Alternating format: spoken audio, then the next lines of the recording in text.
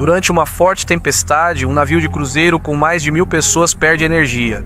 Os motores falham e uma onda gigante quebra as janelas, inundando os convéses com água gelada. O Viking Sky quase afunda. Enquanto deriva para as rochas, o capitão envia um pedido de socorro e especialistas se preparam para um desastre como o do Titanic. Esta é uma história de negligência, relatando como o cruzeiro Viking Sky quase terminou em catástrofe. Em 23 de março de 2019, o Viking Sky navegava pela baía de Ústadvika, quando seus motores desligaram de repente. Por horas, ele havia suportado ondas de 6 metros quebrando, e agora, no auge de uma tempestade violenta, estava imobilizado. A tripulação tentava reiniciar os motores enquanto o navio balançava. Enquanto ventos de 150 km por hora o destruíam, a situação não poderia ser pior. A embarcação de luxo não deveria estar tão perto da destruição. Como veremos, o incidente foi resultado de anos de eventos. O Viking Sky é um dos 6 navios da Viking Ocean Cruises. Ela é especialista em férias de luxo, com vistas panorâmicas do Círculo Ártico e possibilidade de ver a aurora boreal. Por ser uma empresa de entretenimento, a Viking Ocean Cruises não tem experiência naval para manter a frota. Após a construção dos navios pela italiana Fincantieri, a Wilhelmsen, empresa norueguesa de serviços marítimos, gerencia suas atividades no mar. O Viking Sky ainda é visto como um cruzeiro moderno hoje, então, quando foi lançado em 2017, você pensaria que toda a documentação estava em dia. Porém, relatos contraditórios indicam o contrário. Em 2016, engenheiros da Wilhelmsen, em um navio irmão, notaram a falta de informações essenciais para manter a frota. O fabricante do motor não havia fornecido diretrizes para os níveis corretos de óleo e de alarme dos tanques de Carter. É uma falha incomum para um cruzeiro de 400 milhões de dólares. Ainda mais porque os motores a diesel também geram eletricidade. Se falhassem durante a viagem, o Viking Sky perderia energia e propulsão. Por anos, a frota transportou milhares de passageiros em navios que seus engenheiros nem sabiam como manter. Como se não bastasse, o navio podia levar 930 hóspedes e 465 tripulantes. Apesar desses números, ele era classificado como um navio pequeno. Pense na quantidade de tripulantes e depois de passageiros a bordo. Depois confira quantos botes salva-vidas. Lembram do Titanic? Faltavam botes salva-vidas, certo? Ainda hoje, navios de cruzeiro não têm botes suficientes. Sem conhecer esses riscos, os passageiros, em sua maioria aposentados, estavam animados para iniciar o cruzeiro de 12 dias pela costa da Noruega. A rota começava em Bergen, seguia ao norte por várias cidades e terminava em Bodo. De lá, seguiriam ao sul e navegariam por um trecho famoso do mar na baía de Ústadvika. A região é conhecida por recifes rasos, mares agitados e mudanças bruscas de clima, exigindo atenção máxima dos marinheiros para navegar com segurança e cumprir prazos apertados. A primeira semana do cruzeiro ocorreu como esperado, e no dia 21 de março os hóspedes estavam aproveitando uma visita a Tromsø. Aqui, a viagem começou a ter vários problemas. O clima severo era esperado e empresas concorrentes cancelaram viagens. Mas o clima não era o único problema. Durante um incidente típico da frota, o gerador diesel elétrico, gerador diesel 3, estava parado por defeito no turbocompressor, mas o navio se atrasaria se esperasse em Tromsø pelas peças de reposição. O Viking Sky também tinha poucos pilotos obrigatórios. 2 navegadores experientes eram necessários para garantir a passagem segura pelo trecho mais difícil. No entanto, um dos pilotos a bordo só tinha certificação para navegar até Kristiansand, e o piloto substituto só se juntaria à tripulação após o trecho mais perigoso da rota, na baía de Ústadvika. O capitão e os pilotos confiavam que o navio passaria seguro pela área e que um técnico a bordo consertaria o gerador ao chegar a Stavanger. Sabendo dos riscos, eles deixaram o porto de Tromsø à noite, violando regulamentos marítimos. Com um fora de operação, o Viking Sky não teria geradores reserva suficientes se os outros motores falhassem no mar. E como os hóspedes logo perceberiam, esses não eram os únicos problemas do Viking Sky. 3 horas após deixar Tromsø, um alarme avisou a tripulação sobre baixo óleo lubrificante no gerador diesel 2. Mas ele parou logo depois, então os técnicos não tomaram outras ações.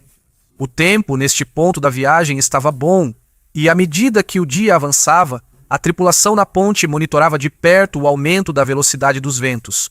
De manhã, o capitão estava preocupado em chegar ao próximo destino. As condições devem piorar à noite, podendo fazer a embarcação ficar presa ao atracar no porto. Após avaliar a situação, ele cancelou a viagem planejada para Bodor. Decepcionado, ele disse aos passageiros que a área era perigosa demais para navegar. O Viking Sky mudou o curso para Stavanger. Horas depois, a tripulação recebeu instruções para preparar o navio para o mau tempo e prender objetos soltos no casco. Porém, enquanto o navio seguia pela costa, o vento e as ondas se tornaram cada vez mais fortes durante o dia. À meia-noite, a brisa virou ventos de vendaval e o diário do navio registrou ondas de 6 metros. Isso obrigou o capitão a reduzir a velocidade do navio pela metade para garantir uma viagem mais confortável para os passageiros. Se achavam a noite difícil, os passageiros nem imaginavam o que os esperava ao amanhecer. Na manhã seguinte, diversos alertas foram registrados no navio. O primeiro foi outro alarme indicando baixo nível de óleo lubrificante, só que desta vez era para o tanque de cárter do gerador diesel. 4. Quando o Viking Sky chegou a Trondheim, os ventos se intensificaram para uma ventania forte. Apesar de estarem protegidos dos efeitos totais da maré volátil por uma série de ilhas, mais alarmes soaram enquanto cruzavam o canal de Trondheim. Incluiu um segundo aviso de baixo nível de óleo para o DG4 e a previsão era de ventos ainda mais fortes. Então, o capitão ordenou que fosse realizada uma lista de verificação para tempo severo, a fim de se preparar para o ataque da tempestade. Enquanto isso, mais de 150 alertas foram ativados em vários sistemas, incluindo de baixo nível de óleo no gerador diesel. 4. O engenheiro de plantão já havia identificado 3 alertas para o gerador diesel. 4, mas todos foram apagados, sem adicionar óleo ou investigar melhor. Enquanto isso, os passageiros receberam o café da manhã normalmente, mas uma sensação de inquietação se espalhou à medida que começaram a sentir os efeitos da tempestade que se aproximava. Alguns tentavam se equilibrar, enquanto outros viam copos quebrando e objetos deslizando pelas mesas do restaurante. Por fim, engenheiros inspecionaram os tanques, testaram os alarmes e registraram os níveis de óleo no fim do turno da manhã. Apesar dos níveis normais, em poucas horas isso teria consequências graves. Quando o meio-dia se aproximava, o navio chegou à baía de Ustadvika e um dos práticos deixou a ponte, como era esperado. De volta ao mar, o Viking Sky enfrentou ondas de 7 metros e o capitão avisou sobre uma tempestade próxima. Menos de uma hora depois, o clima foi oficialmente declarado como uma tempestade violenta. Portas e janelas batiam forte nos batentes com ventos acima de 140 km por hora. Após a 1 da tarde, a tripulação informou ter concluído a lista de verificação para tempo severo. Isso incluía completar os tanques de cárter com óleo lubrificante. Apesar de marcar as verificações como feitas, os tanques não estavam completos. Por negligência deles, os motores funcionavam com pouco óleo há mais de 24 horas. E, enquanto o navio balançava e rolava no mar, o ar era sugado para dentro dos tubos do sistema de lubrificação. Isso reduziu ainda mais o suprimento de óleo dos motores e aumentou dramaticamente a carga sobre eles. Porém, uma falha fatal de projeto condenou a viagem desde a partida de Tromsø, sem que ninguém soubesse. Os tanques de cárter tinham pouco óleo e eram cerca de 40% menores que o exigido pelas normas. Isso foi a gota d'água para os motores do navio, que já estavam no limite. Na sala de controle dos motores, vários alarmes dispararam ao mesmo tempo. O óleo do gerador diesel 4 havia caído abaixo do nível mínimo, acionando um mecanismo automático para evitar uma explosão. Tanto o gerador diesel 1 quanto o gerador diesel 4 começaram a perder energia elétrica, o que foi seguido por um alerta de baixo nível de óleo para o gerador diesel 1. A situação era crítica, mas os avisos foram ignorados, e o engenheiro de plantão simplesmente os apagou do sistema. Nos andares superiores, na ponte do navio, o capitão e o piloto relaxavam, alheios ao caos abaixo. Quando o gerador diesel 4 e gerador diesel 2 desligaram rapidamente, foi um choque total. Ambos ocorreram por baixa pressão do óleo lubrificante, com vários alarmes soando simultaneamente. O engenheiro de plantão entrou em contato imediatamente com o engenheiro-chefe, que rapidamente se dirigiu à sala de controle. Com velocidade limitada, os estabilizadores de céu do Viking se retraíram automaticamente, fazendo o navio balançar quase o dobro do ângulo de 6 graus anterior. Como os responsáveis não estavam atentos à crise que surgia, passageiros e tripulantes ficaram em uma posição vulnerável. Ainda serviam almoço e circulavam pelas áreas comuns enquanto técnicos tentavam religar o gerador diesel 2. Cerca de 10 minutos depois, a tripulação reiniciou o gerador diesel 2 e ativou os estabilizadores do navio, mas esse alívio foi temporário. O gerador diesel 2 desligou de novo e logo após o gerador diesel 1, causando apagão total. Sem energia ou direção, o navio enfrentava ondas enormes e ventos perigosos, à deriva no mar. O pânico tomou conta dos passageiros que questionavam o ocorrido. Na penumbra, se reuniram sob luzes piscando enquanto o capitão avaliava.